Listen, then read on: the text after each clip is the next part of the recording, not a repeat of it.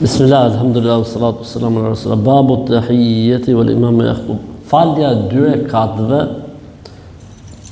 ndërkohë që hoxha po man ose imami po man ligjëratën e xumas, pra kur futesh në xhami, zbon me ul pa i fal dy rekat namaz, edhe nëse po mbahet ligjërata. Ekziston në përgojët e njerëzve, janë gojët e liga, po në gojët e njerëzve ekziston një hadith që thot idha kana al-imamu yakhutub fala salata wala kalam. Kur është duke mbajt ligjërata e xumas, as mos fol, as mos u fal. Mos fol është e saktë. Mos u fal nuk është e saktë.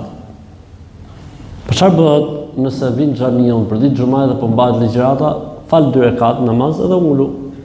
Ti mos lexon Bekarën me Ali Imranin 300 faqe për rekat. Në dy sure të shkurtë në ulu, si zotni. Argumenti Jabir radiallahu anhu tregon: "Dakhala rajulun yawm al-jum'ati wan nabiyyu sallallahu alaihi wasallam yakhutub fa qala lahu asallayt qala la qala salli rak'atayn." U fut një burr për ditë xumaje dhe pejgamberi sallallahu alaihi wasallam po mbante ligjëratën, hutbën e xumas. Ai burri ul. Ka hyrë tak është ul direkt. Pejgamberi sallallahu alaihi wasallam shkëputi hutbën dhe i tha: "A je fal? Ti që ule kështu? Je fal?" Tha jo. Tha pejgamberi sallallahu alaihi wasallam: "Çohu fal dy rekat." Pra pejgamberi sallallahu alaihi wasallam ka shkëput hutbën e xumas për t'i fol këtij njeriu. Do thotë që ka gjë e rëndësishme kjo punë. Dhe nuk bën që njeriu të ulet në xhami çufup si kur s'ka ndodhur asnjë gjë. Po duhet falë dy rekat, pastaj të çohet. Po kështu nga Xhabir radhiyallahu anhu tregon se dërgoi Allahu sallallahu alaihi wasallam ka thënë: "Qala Rasulullah sallallahu alaihi wasallam huwa yakhutub idha jaa ahadukum wal imamu yakhutub aw qad kharaja falyusalli rak'atayn."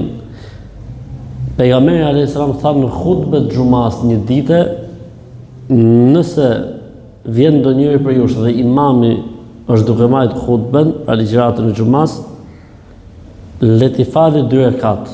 Ka një transmetim tjetër, se kështu autori nuk i ka sjellë të gjitha transmetimet, që thotë fel yatajawaz fihima, këto dy rekatën ta fali të lehtë.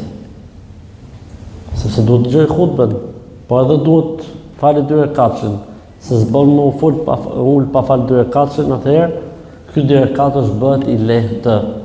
Mendimi më i saktë është se ky dy rekatësh duhet.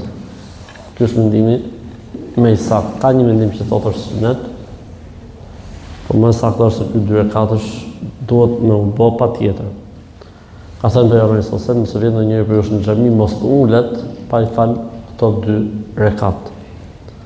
Kjo vlen edhe për ditë xumaje dhe ku përmbat hutbja e xumas vlen çdo lloj situate. Allahu ju lut. Selamun alejkum wa rahmatullahi wa barakatuh.